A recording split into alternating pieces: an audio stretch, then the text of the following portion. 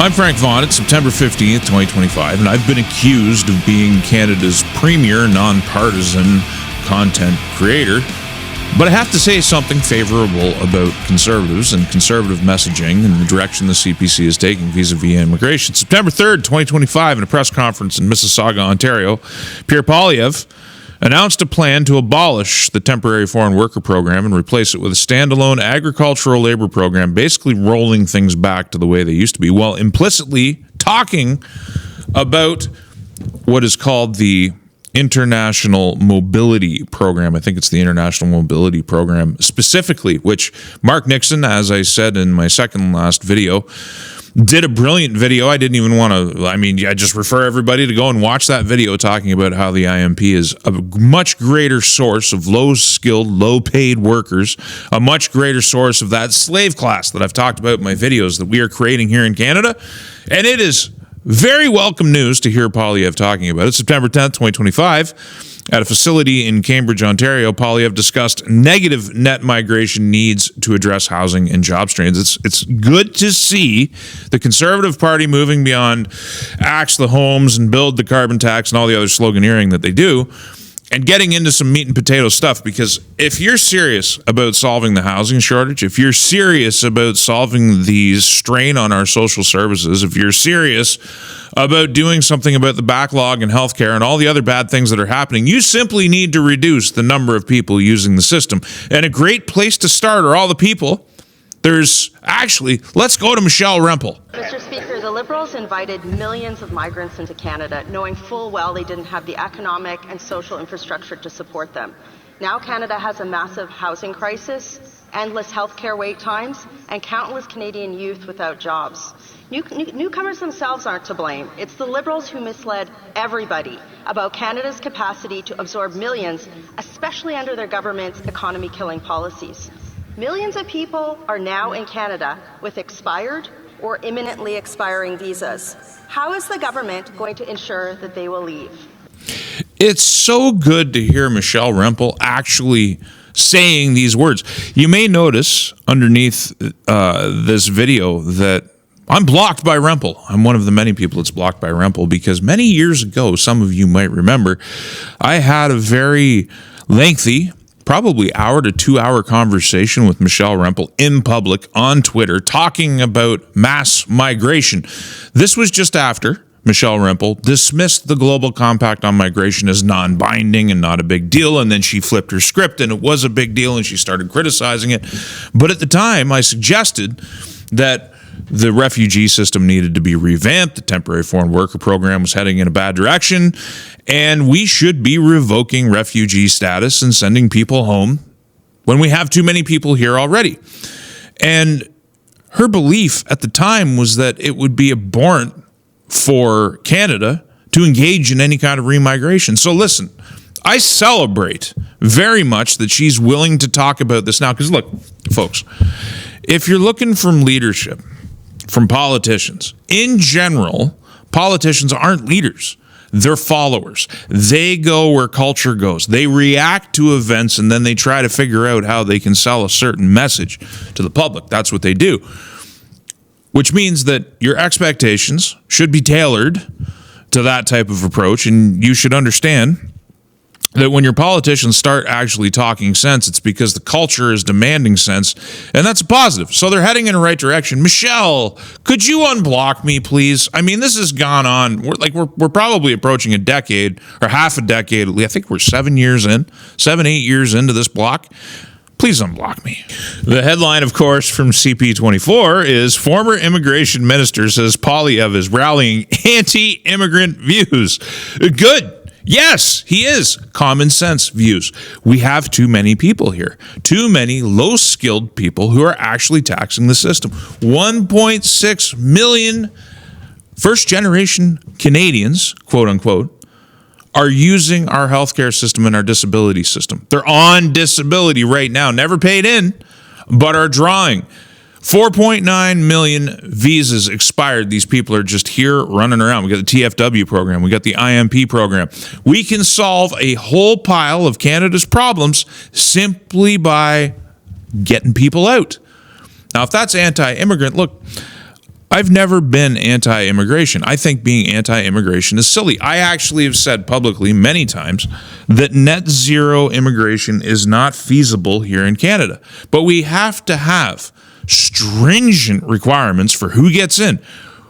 Language requirements, cultural requirements. We got to tell people we don't even need, if someone's coming in the country and they don't understand that taking a dump on a public beach is improper here in Canada, or that dumping their trash all over the roadways or driving on the roads like it's India, if they don't already understand that when they cross the border, they shouldn't be at the border in the first place. It's okay for Canada as a whole to tell certain peoples that there are certain behaviors that are not tolerated here, and if you don't comply with those norms, you don't get access to this wonderful market that everybody's clamoring to try and get into. Can you imagine one of the richest nations on earth, in spite of all of our problems? If you compare us to many other third world nations, it is obvious that Canada is in a very strong position. But typical of our politicians, typical of our so-called leadership, Canada has the resource wealth, we've got the land wealth, we've got the economic wealth if we want to use it, we have the productive capacity if we want to unleash it. But typically, we manage to break the magnet. Instead of getting people here who actually want to build the country up, we're just bringing people here who want to take advantage of the public purse, who want to take advantage of our system, who want to come here and engage in mass-scale criminal enterprise and money laundering right here in Canada. We got all kinds of it. We actually broke the magnet. We got a growing population. We have a housing crisis, and people can't sell their homes for more than they paid for them. We're not selling any condo units in Toronto in spite of the fact that nobody's got anywhere to live. It's so crazy. It's symbolic. Because when the government decided to take on the task of legalizing marijuana, they managed to create a system so convoluted in their attempt to create another cartel, because we got our milk cartels and our dairy cartels, we got honey cartels, we got maple syrup cartels, we got all kinds of cartels. We like cartels. So they tried to make marijuana into a cartel as well, that only liberals and liberal friends and people who bought their licenses and the people who were approved could actually produce it. And what they did was they priced themselves out of the market.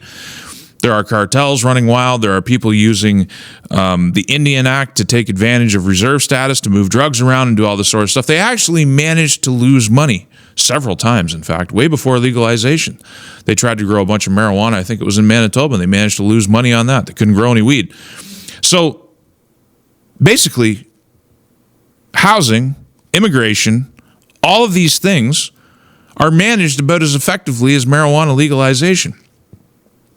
And it's kind of crazy, and we need to turn the page.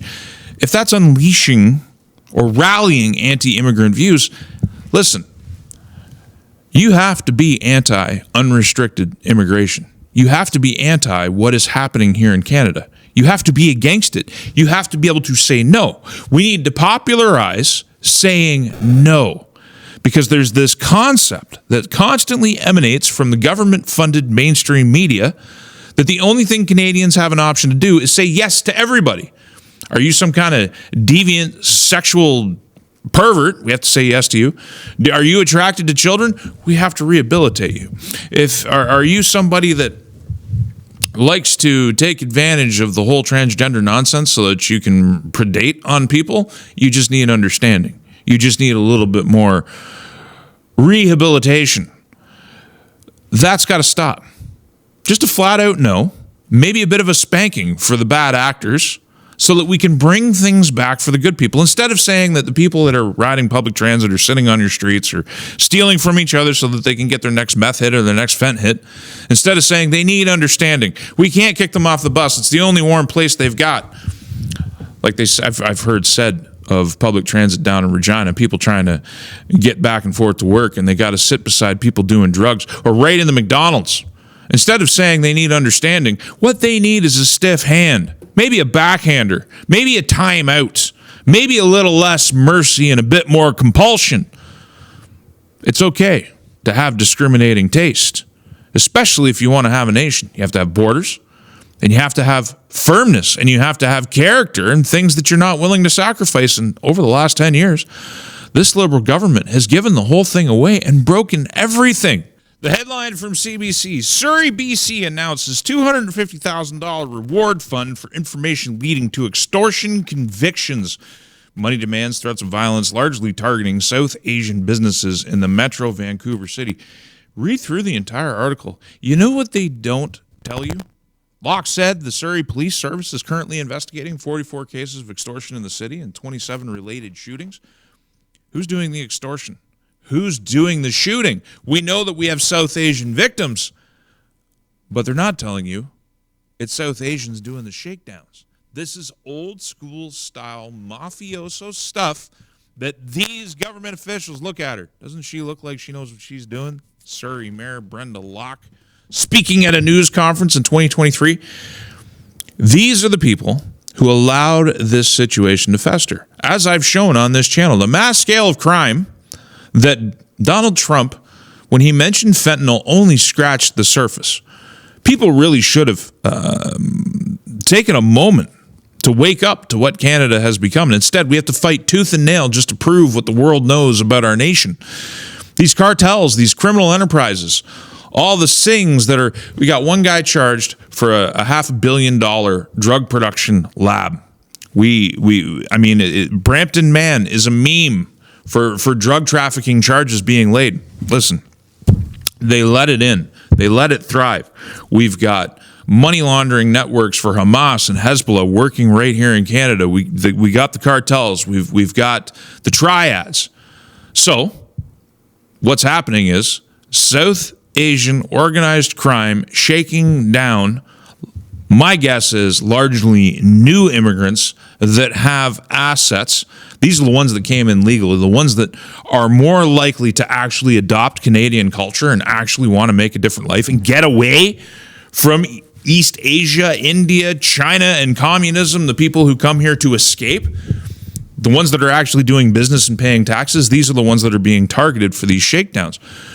But they're not talking about the fact that this isn't old stock Canadians trying to shake down these people. It is members of their own identifiable ethnic group.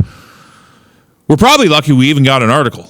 Now, in spite of my opening about the Conservative Party and the welcome language when it comes to immigration, they have stood by for a long time as the country has been ruined and have been afraid to take bold positions. And I, for one, have lost my patience with Canada, as many of you will know from watching my video work. And this is one of the reasons why. Prime Minister to announce the first series of major nation-building projects. And it's the thing that bothers me about this is Daniel Smith's response. Why would an oil sands company in this environment, knowing that there's an emissions cap, which would result in them curtailing 2.1 million barrels of oil production, how in the world can they then pledge new barrels to go into a pipeline that would go to a coast where there's a tanker ban? We're very hopeful in short order that we'll be able to get this to the finish line together. It's a bunch of talking with the bad actors in Ottawa. The quintessential bad actor is Mark Carney himself, who's here to basically parse out Canada. You can't believe a word that comes out of his mouth. The thing that you can believe is action. And I'm telling you, Moose on the Loose has a great chart that talks about all of Mark Carney's financial interests and investments. He is set up to implement this green agenda. He doesn't care if it breaks Canada. He doesn't care if it breaks you. He doesn't care if he creates a single job in this country. He doesn't care to actually solve problems. He's here to make money for his own stock portfolio. A literal corporate raider, a central banker that somehow the left in this country is treating like a hero of the people. None of these projects are going to get anywhere until they all, and that includes Daniel Smith, they've got to abandon the language around climate change and carbon. Stop treating carbon dioxide like it's some pollutant. This is not a problem that Canada has. We don't have this problem. And if you were serious about this problem, the number one thing that you could do, if you really believe that carbon dioxide is the great devil destroying the world, you stop population growth through immigration. None of them want to do that. They're all talking about growth and population growth, even out here in the West. Scott Moe celebrates Saskatchewan's record population growth. These are not necessarily good things. I don't understand how politicians can speak out of both sides of their mouth. can talk about an Ottawa that is against doing anything to strengthen the nation, let alone strengthen the Western provinces and allow them to develop and prosper the way that they should, critical of everything that Ottawa does, but then they can adopt talking points that are very much in line with what Ottawa wants, whether it's carbon taxes or not carbon taxes, but rather carbon as a pollutant, adopting the language, or talking about population growth as though it's good, while you've got a real conversation starting to form up about net negative migration, getting out the visa overstays, dealing with the IMP program. All of these things will curtail population growth. You would think your politicians would be starting to prepare the soil for the understanding that Canada is not going to have a growing population, that the aim should be population stability. The aim should be adopting programs which encourage Canadians that share our cultural values, obey our laws, work and pay taxes and do all these things, to have children that they can then raise themselves, reinvigorating the nuclear family in this country and trying to keep it together, so that we can raise, over the next 10 or 20 years, a generation of far more responsible people with self-discipline who can rebuild the country out and stabilize things. We can't mass import India. We can't mass import China and not have any vetting and expect to maintain the nation. So I wish we'd stop dicking around. I mean, I honestly think that Canada is going to be held back by the Liberal base for years to come, and we don't have years. We need to start negotiating and making a deal now. Asia is not going to solve our problems, and I've said this before, that this idea that all we got to do is build pipelines to the West Coast and just start selling to Asia, it's a pipe dream. It will take years to get that underway.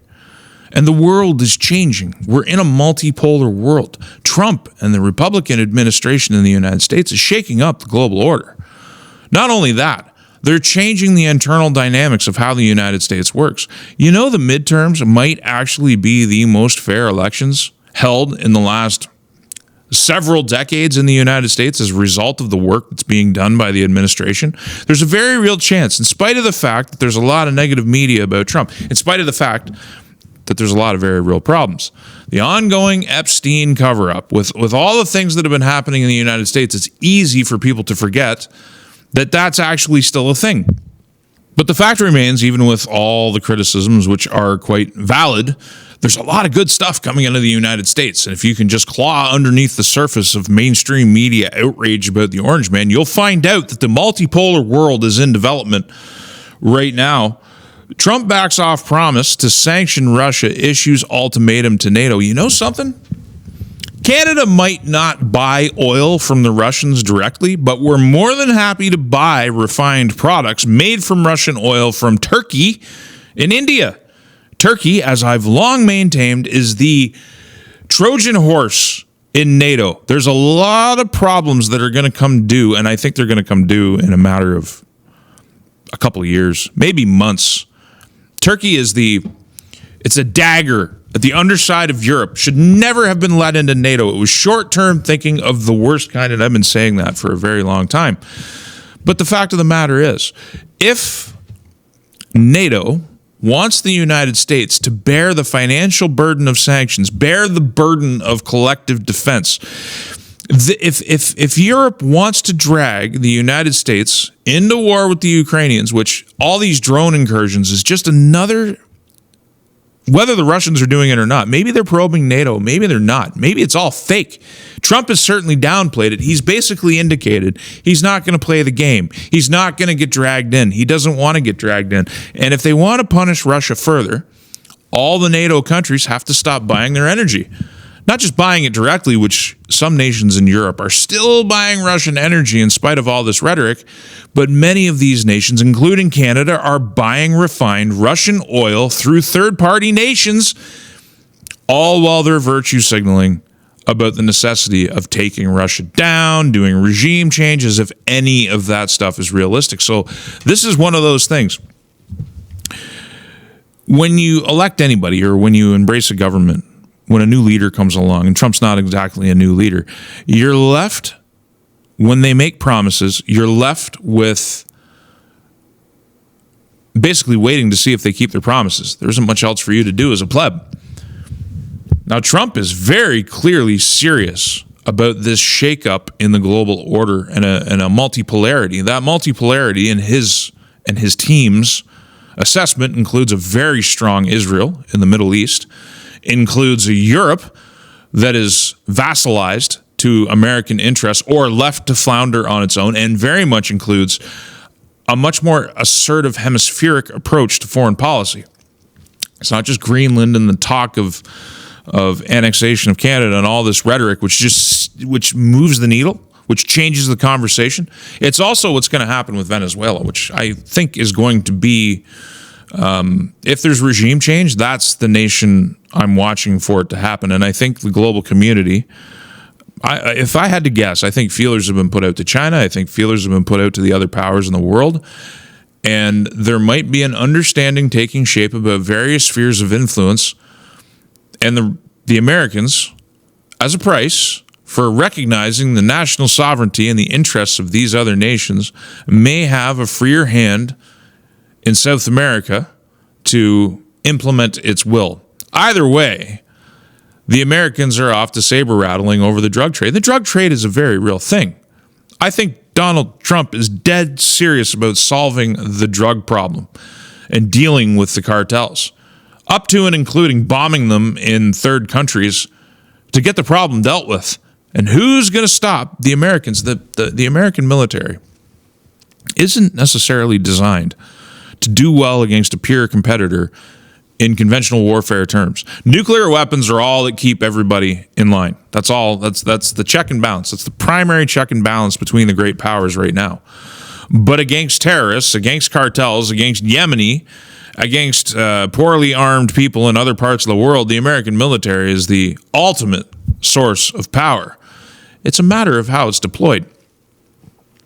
Either way, I digress.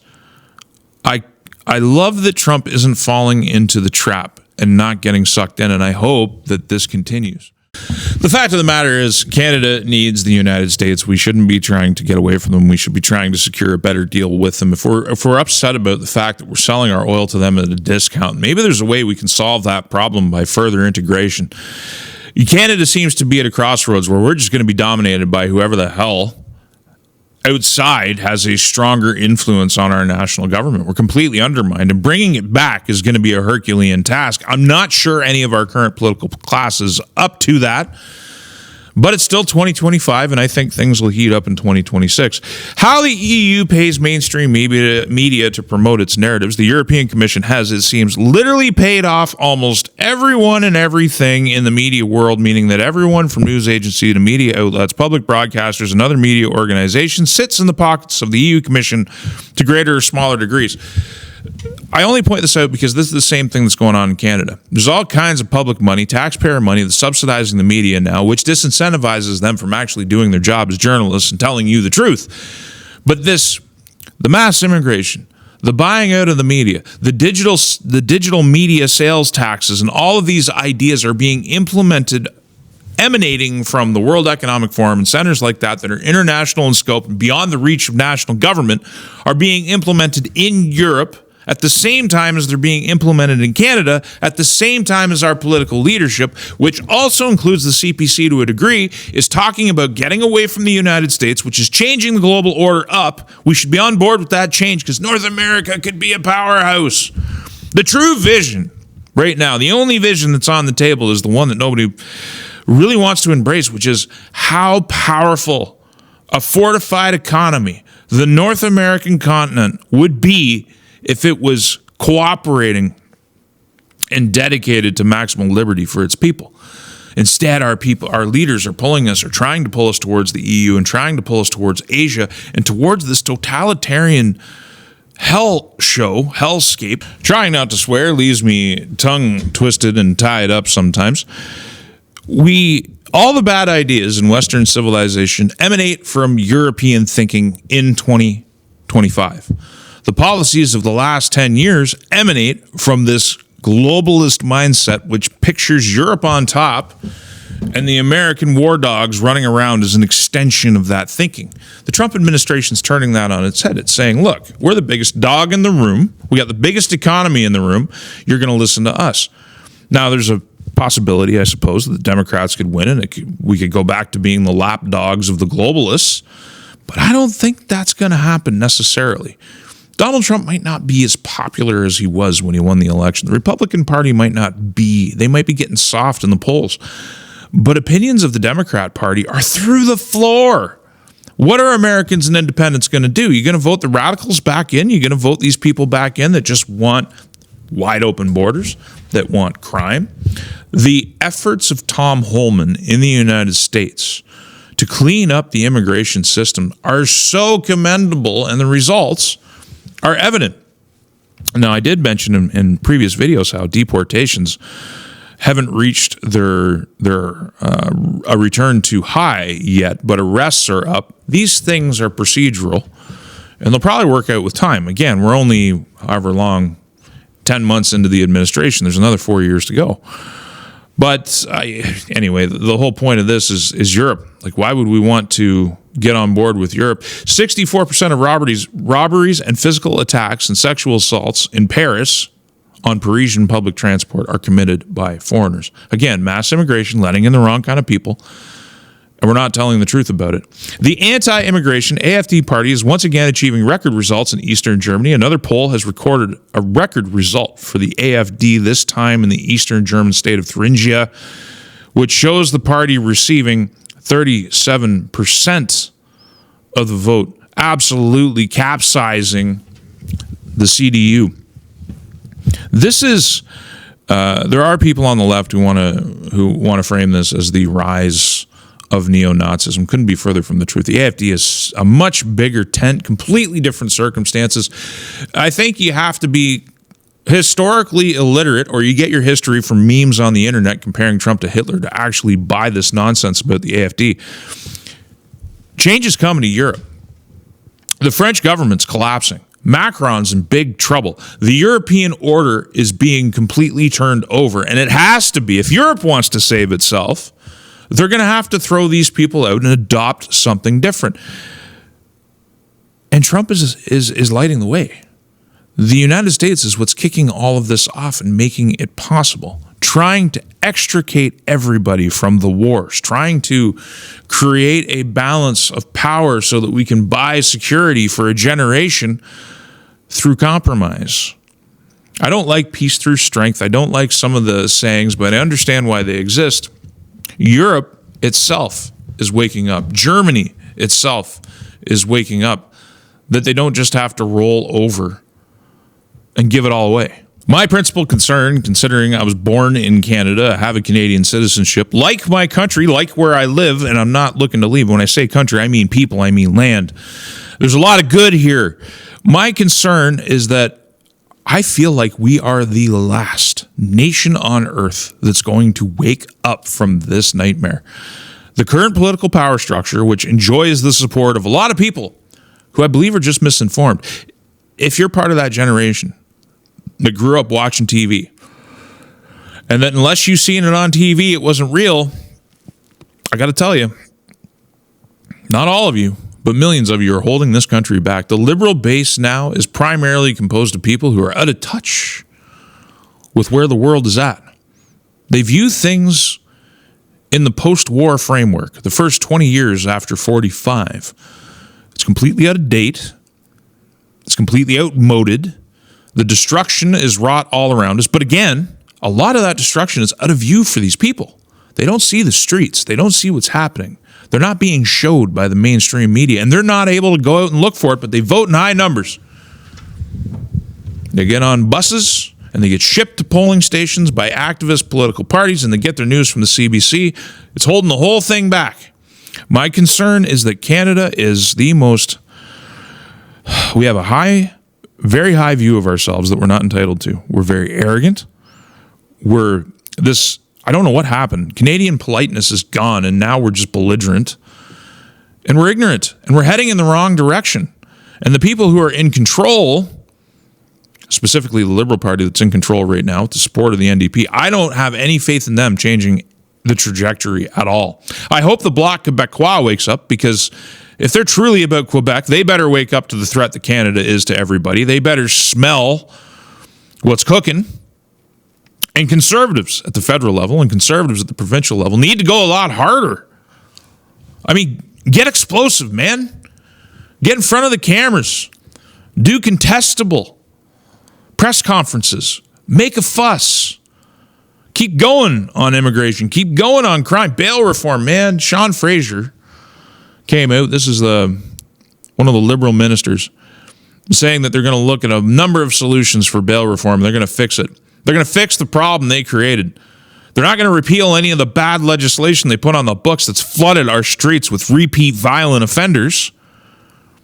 They just do all this mealy-mouthed stuff, and for some reason they enjoy... I mean, the Liberals are still, as far as I can see, firmly ahead of the Conservatives in the poll. There's something wrong here. We're not waking up. We're not coming to. Which is why I really think the smarter regions of this country better start pushing for a better deal with the United States. Maybe we can pull Canada out of the gutter, but it's going to take a sea change, and it needs to happen quick. We don't have a lot of time left. The world is changing fast, and Canada, as usual, is behind the times. I'm Frank Vaughn. I'll see you in the next one.